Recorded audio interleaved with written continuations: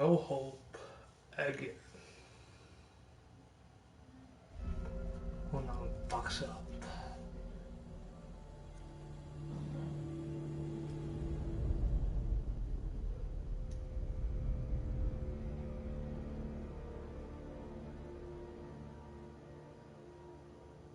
Hon fucks up, guys.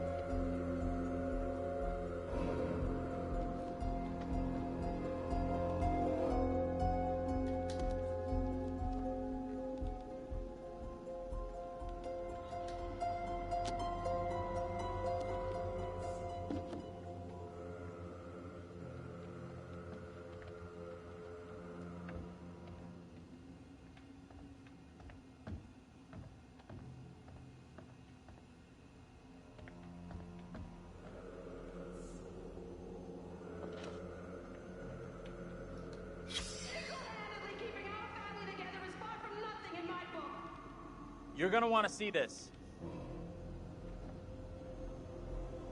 Angela and I were married. This makes less and less sense.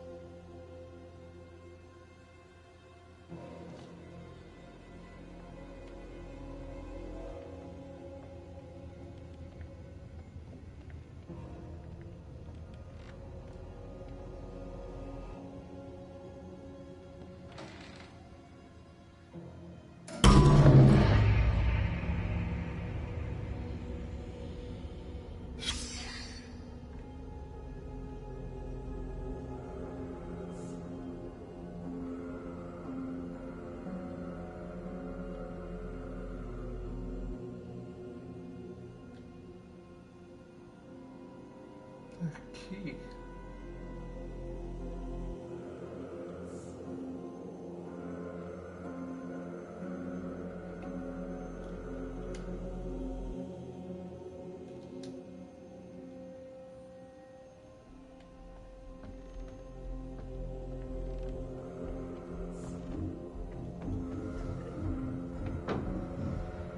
You hear that? I did. Can only be the girl. Let's go find her. You sure about that?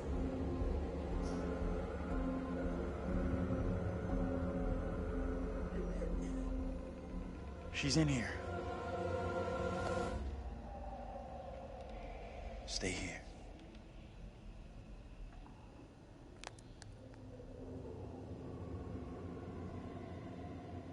Hey, Bigfoot, mind the goddamn vinyl, will ya? Andrew? What are you doing?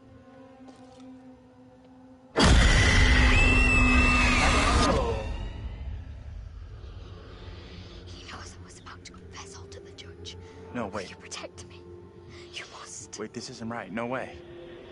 I assure all gathered here today that our town will be free of the devil's grasp. Together, by God's grace, little hope will prevail. My word on it. This court is hastily convened, but with good reason. If we are to finally rid ourselves of the evil which has infested Little Hope, then we must act today. I accuse you, Mary, of witchcraft. What say you, Reverend? The evidence, as discovered through my investigation, is beyond question. Mary uses her puppet as a familiar to summon and serve the devil. We have been deceived by a child, by her guise of innocence.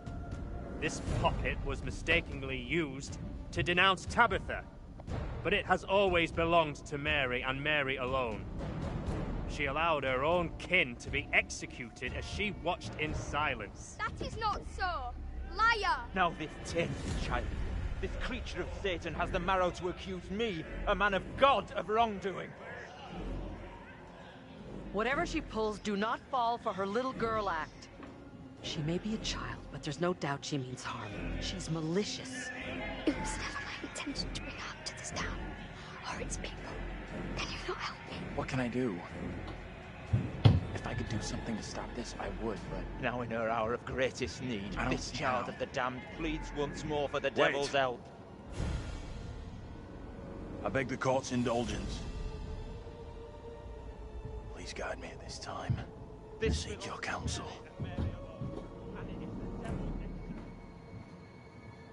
No question there's something very wrong here.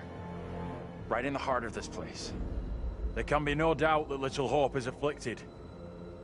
That darkness has taken hold of our town. There is not a man or woman here today who does not already know the devil is in our midst. The sole purpose of this court is to remove evil, not indulge it further. Our time is not for wasting. Listen to what he's telling you. Mary's the one to accuse. How do I make my decision? If I am wrong, condemn an innocent to die. The only way I can see out of this is to get rid of that damn doll. Destroy that and... The puppet must be cast asunder. Maybe this all goes away. It is the cause of Mary's affliction. It holds her in its thrall. Destroy this puppet, and the devil will depart Mary.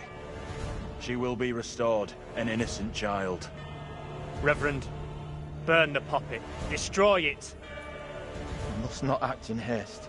The girl must face the full consequences of her My deeds. authority is not for questioning. Do as I ask.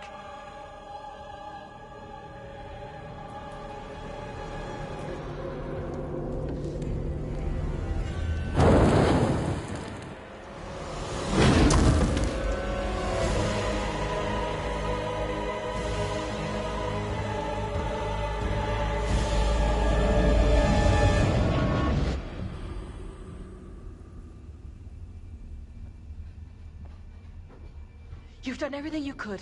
Whatever happens, it's not your fault.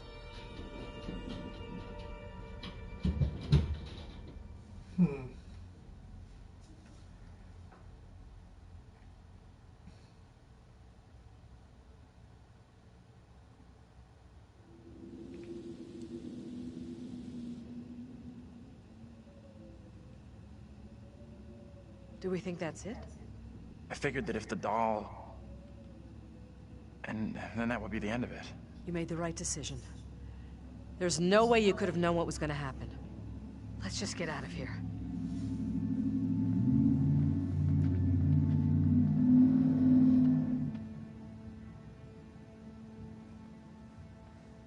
You see the girl? Tell me what happened. That child won't be troubling us again. This is over.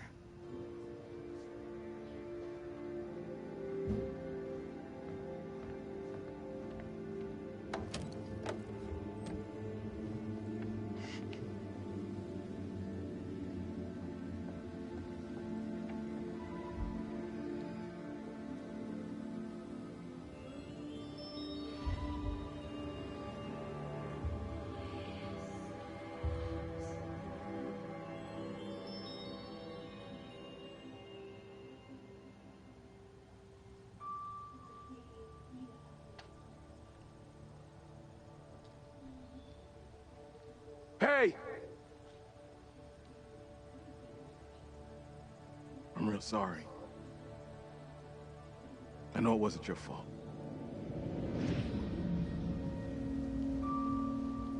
Both of us been through some real tough time these past years.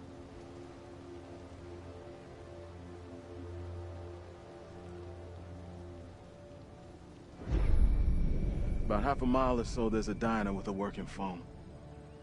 You call for help and you leave this place. And don't you ever come back. Ain't nothing left here for you.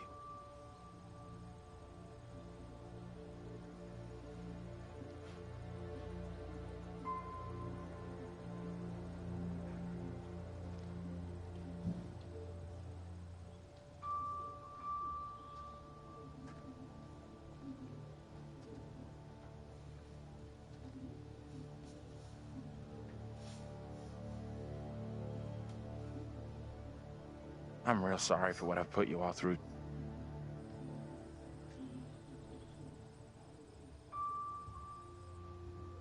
We've all had one hell of a rough night. You more than anyone. That's gonna haunt me forever. You're not alone here. Take it easy on We've all yourself. been through You know hell. that, right? You're finally getting out of this You can't hell. blame yourself.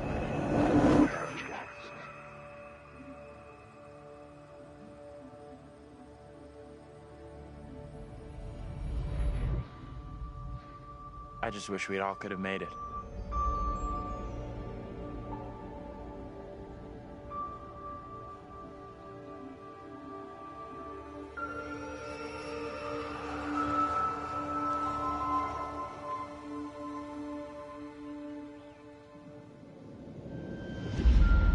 We're diverting all traffic through Little Hope.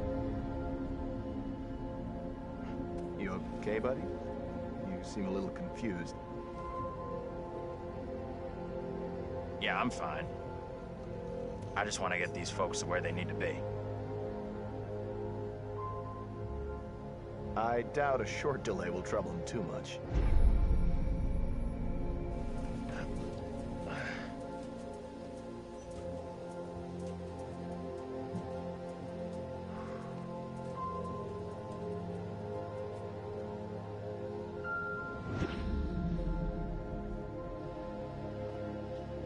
Can everyone just shut up?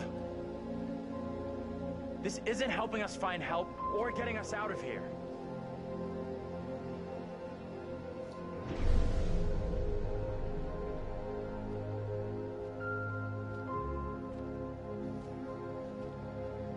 Hi there. How you doing? Excuse me, but we're looking for our bus driver. What? Have you seen him? Yeah, that's funny. Sounds like you could use a drink. Better not, thanks. Need a clear head. You shouldn't be drinking right now. I don't think it's a good idea. Drinking's all I got left.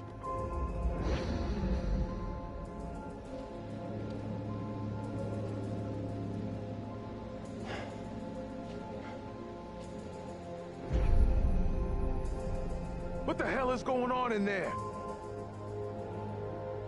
Get the hell out of here! I'll go once I look you in the eye.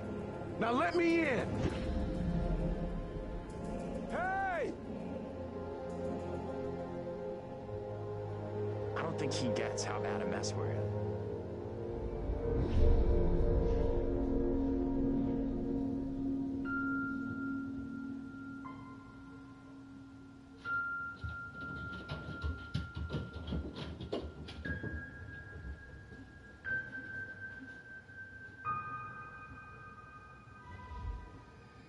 Okay.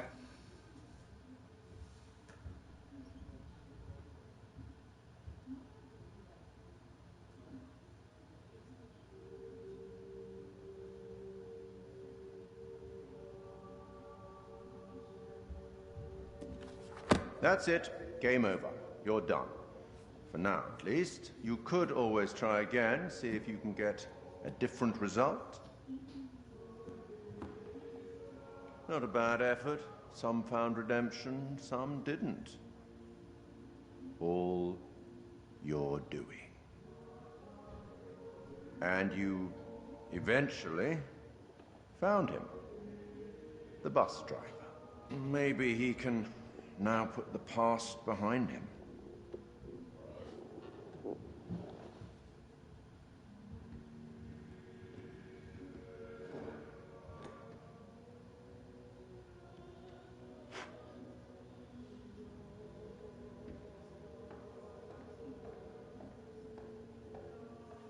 Till we meet again. Maybe in the South Pacific, or the Arabian Desert, or somewhere else. But we will meet again. At least one more time.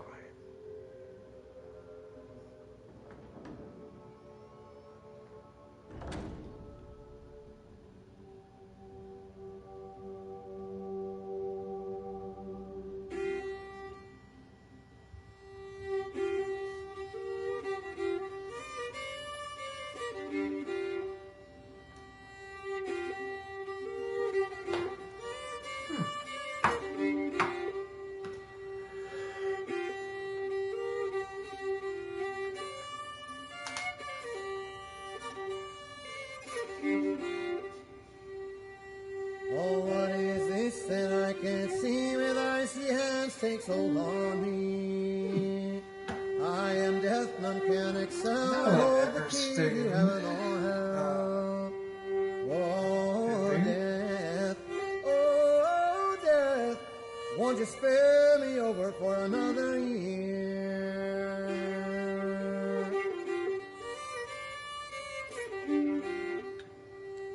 Oh, I have come to get your soul, to leave your body and leave it cold, to drop the flesh right off in your frame. The earth and worms both have their claim. Oh, death, won't you spare me over for another year?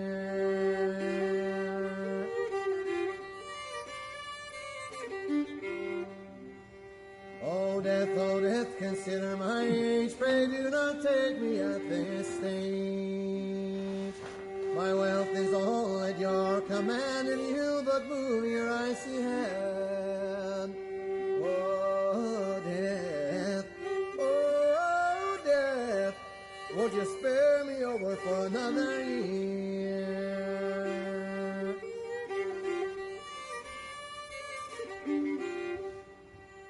Nor age, nor youth, nor silver, nor gold, nothing satisfies me but your soul. The old, the young, the rich, and the poor, alike with me, will have to go. Oh, death, won't you spare me over for another year?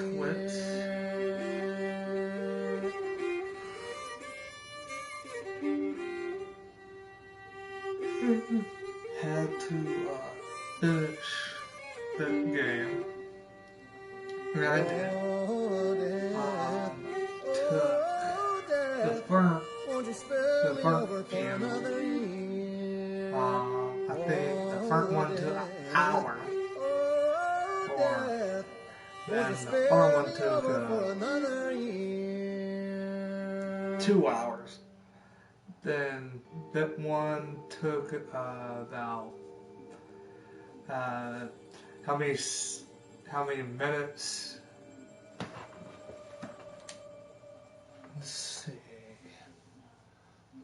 here. You believe in God? Absolutely not. We'll start believing. We are under attack by I don't know what. You wouldn't believe me even if I tried. Hell, I don't believe it and I was there. In Sumerian myth, they say the souls of the dead went deep underground to the House of Ashes, where they lived on dust, plagued by the demons of the underworld.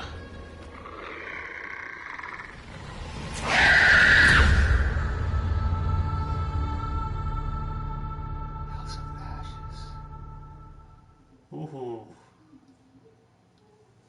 Well.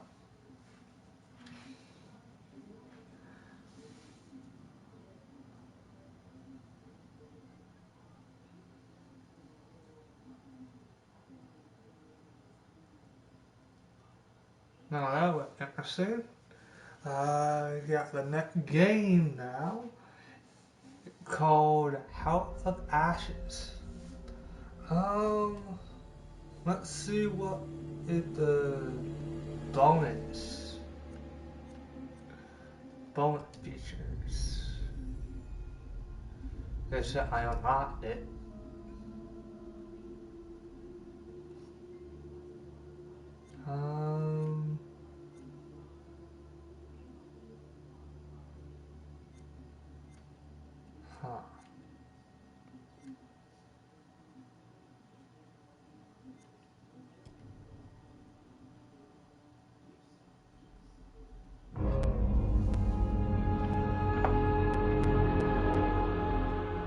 I just saw someone in the woods. Okay, very good. We're freaked. Who's there? Whoever you are, this isn't funny at all. The demons are an integral part of the story of Little Hope. It's the crux of a lot of the things that happen, and that informs a large part of what we're doing. The starting point for each of the demons was the style of execution. They're based on a character that gets killed. That then informs how the character behaves, how it moves, how it sounds, and those are all brought together to give us that convincing, terrifying demon. In order to make convincing demons, you need to ground them in nature. So what we do is we use our understanding of anatomy and our deep understanding of biomechanics and the principles of the way things move and the way things actuate, and we apply this to the demon design. We obviously start with the production design. The production design is a drowned demon. What we need to do then is look for extra reference. We have to look at stuff like autopsies. We'd look at what happens to the skin when it gets exposed to water for a long time. We have to look at creatures from underwater. We look at various types of fish. Loads of images and real-world reference helps, although it's slightly gruesome. This particular demon we're looking at is the one that's been hung. We didn't want to show the whole of this character, and right from the beginning we said, let's focus on the areas which are the most terrifying. And so the overall silhouette of the character was to be like this twisted rope. Her limbs had coiled, and so we were exaggerating the metaphor of this hanging. 1,000 years of being trailed along the ground, it had worn away her feet, the bones being worn down, the nails being broken off. She'd been in pain for a long time. The most key of all of the elements was the face and how we framed that, and that was that broken, twisted neck, one eye remaining, a tear coming out because it's that last remains of her soul. The noose was digging into her neck, and her tongue is actually so bloated and grown that that actually became a feature for us in the game, that tongue actually becomes a grapple to get hold of some of the characters. To animate a demon, we would start with looking at how they walk or move forward. Some of them are dragging themselves, and then also how they would attack their victims, just flesh out the layout and the choreography of it.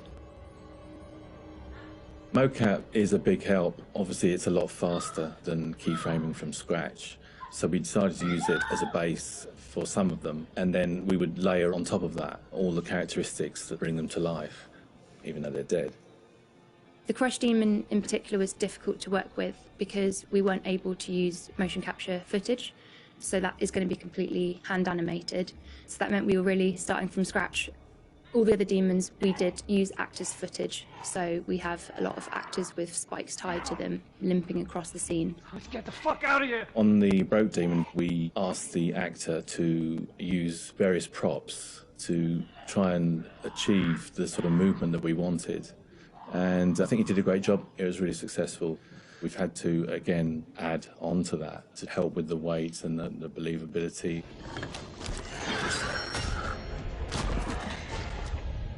We take our initial cues for the sound of the demons from the visuals, and they look fantastic. But then we have to take the sound of the demons beyond the visuals to give them a really strong otherworldly presence. We need each of the demons to be individually recognisable whilst maintaining that uncomfortable unfamiliarity for the player. What is that thing? So at distance you might hear the chains clanking or the vocal screams. But when you get close up to the demons, you hear lots of detail. The cracking of skin, the creak of the chains, the breaths or the sound of the icky vomit. We really want the player to feel the breath through the sound of the demon on their face. Angela, no! When we're thinking about the camera work for the demons, one thing that was really at the forefront of my mind was trying not to show too much, trying not to lose all restraint, and I think that's a really easy trap to fall into with CG in general, and especially with games that you've got all these monsters that you've built and you've spent a lot of time working on, and it's really easy just to go straight to putting everything on screen. But thinking back to some classic horrors, classic monster movies, a lot of times there the directors had to use a lot of restraint and just show little bits and pieces because they didn't have that kind of budget or that kind of effect to really make it convincing. And there's something about that I really like, that I wanted to bring back to Little Hope. So when I was directing the camera team, I asked them to show little bits, little glimpses, a clawed hand here, a shadow on the wall there, the chains rattling, whatever the key characteristics were of that demon. The interesting thing with that is that I think sometimes your imagination as a viewer fills in the blanks in a far more terrifying way than we really could. So we tried to build up that suspense, working up to this big reveal where you finally see full on in the light this thing that's been hunting you down in all its gross, horrific glory. With the demon scenes, lighting definitely had a key part to play as well. It had to work complementary to what we wanted to do with the cameras, but also there's some very specific things you can do with lighting that really lent itself to this task. So one of the big ones was the use of silhouettes. The demons have really interesting form and really interesting shapes. They're very unusual, you know, these humanoid creatures all distorted, and we wanted to use that without revealing too much. So quite often we try to use backlighting, or the fog that's present all through Little Hope is a really useful tool for silhouettes, as you can have this nice separation with a brighter background and then have the creature dark in the foreground. It was a nice way to make them feel even more gross than they really were. The Little Hope narrative is extremely multi-layered, and the demons not only represent the tortured souls of the characters, but they also represent the psychological trauma that humans can obtain through witnessing traumatic events. So when the game opens in the prologue and the main character is witnessing these traumatic events, we underscore this with really strong male Gregorian choir, which we use later in the game when the demons are attacking to really strengthen and reference that psychological trauma with the tormented souls of the characters. Run! Now! The broken demon's the most terrifying because of the way it moves. It's really unsettling because you can't anticipate where it's going to go next. All the limbs are breaking and it's all moving in a really erratic way. So if you were to try and escape from it, you wouldn't know where to go because it might go there or it might go over here. So that's the most terrifying in terms of unpredictability, I suppose, and having a deep effect on your psyche. Interestingly, when you work at Supermassive, you get immune to horror. That's one thing I've definitely noticed. The powers of horror somehow get lost in me every time I'm watching a horror movie. I don't get so scared anymore just because I see this stuff every day. But doing those demon scenes, I must admit, even watching them back as they were work in progress, it was always like fairly distressing and fairly horrific. So hopefully some of that comes across in the experience for the player too.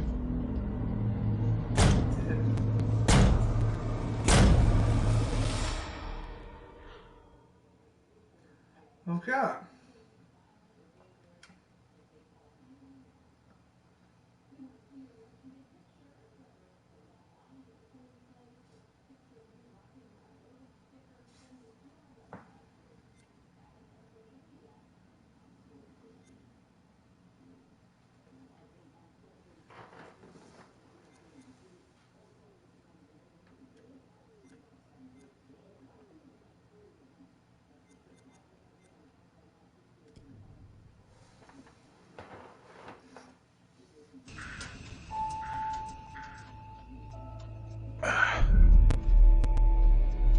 Where are we? What happened? The bus crashed. We're okay, though. Just shaken up. I don't remember being in any crash.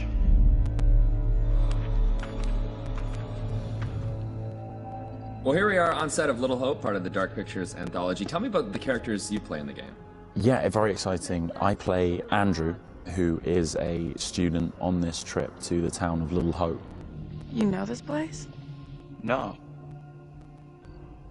I mean, I don't think so. I also play Anthony and I play Abraham, all existing at different time periods in different places.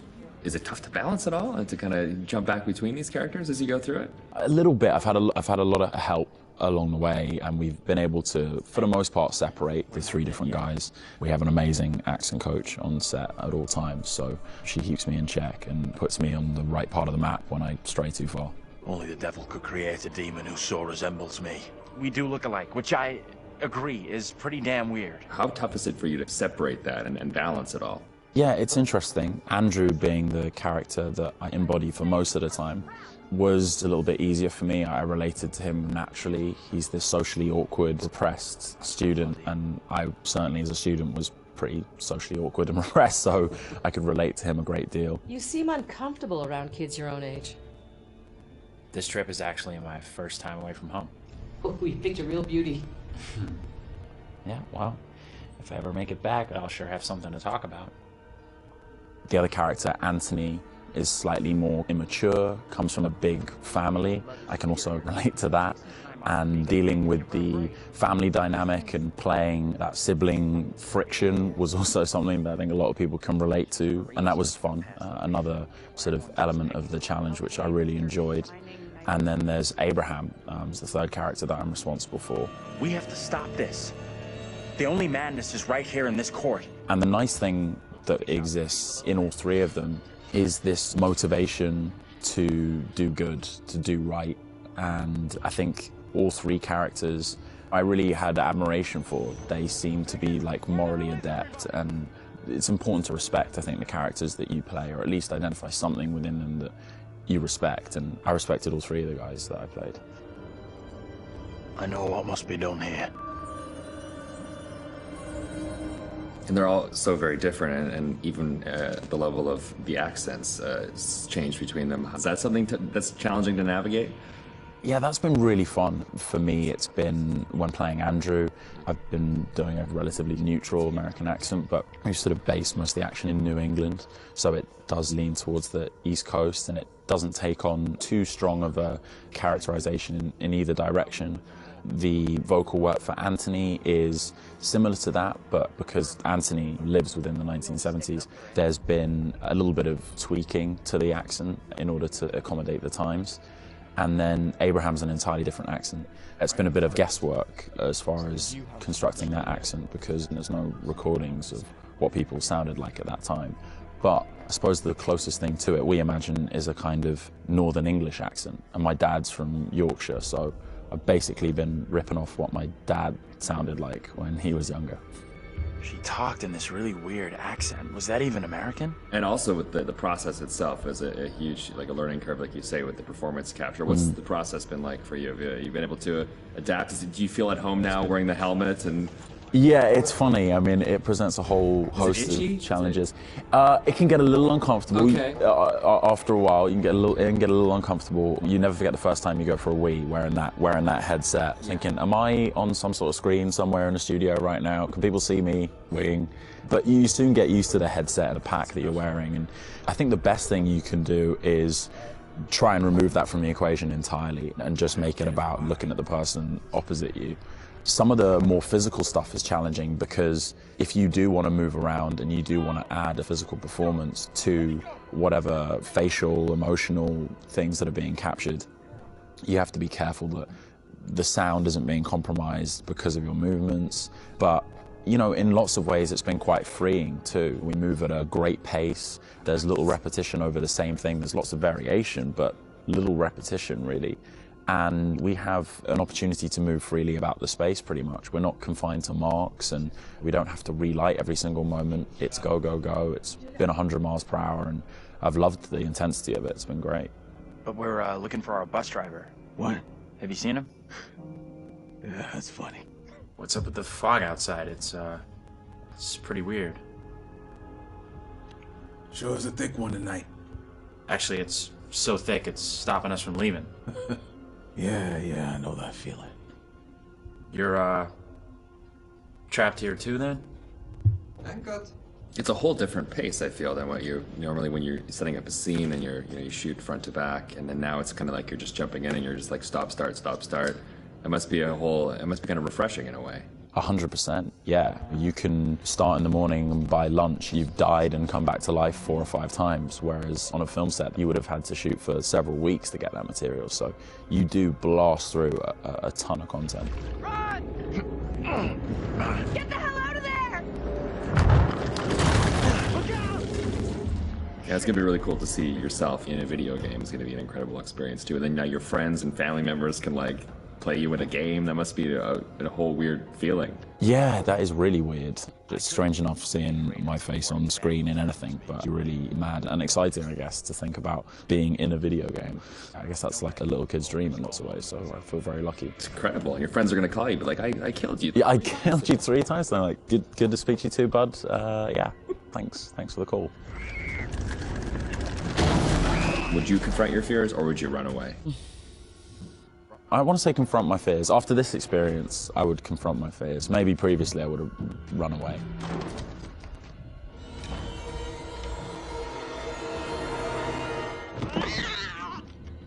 What kind of place is this? It's one of those things where what you think you'll do is different than what you probably actually. In the moment, yeah, 100%. Oh, I would confront my fears, and then you're gone. Gone. Yeah. And lastly, would you explore on your own or in a group? In a group, I'd have to. One of the best things about this experience has just been the camaraderie that's developed amongst the cast, and over a short period of time shooting at this intensity, it's bonded us together really quickly, and I've loved being part of the team. A group of us in one room on this crazy journey together, so it's all about exploring as a team. I'm just gonna say it. This is exactly what goes down in horror movies. Well, plus than anything in the horror genre, we know what happens when you go off on your own, right? 100%. Don't do it. They still do it. And they still do it. Let's go check out that room over there. No, don't go check out that room. Nope. Don't go check out. Or bring someone with you. Oh, yeah, exactly. Yeah. There you go. All right, Will. Tanner, thanks a lot. Appreciate that. Thank you. Cheers.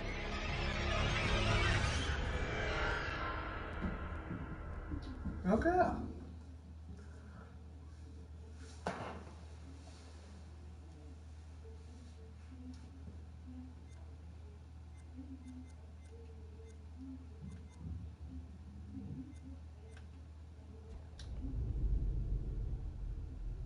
All right.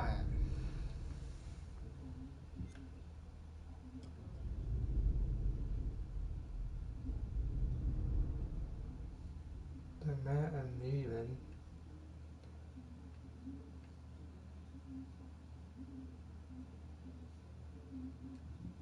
Huh. I don't even know why. Well.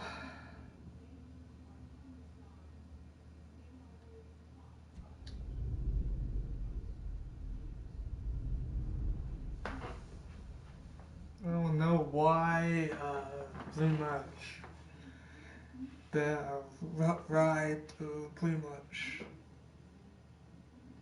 everything, but here's the thing. We got to see little bonus features, and that time when I play this, hope no little fuck-ups, because I was doing so damn good. Not let anybody fucking die.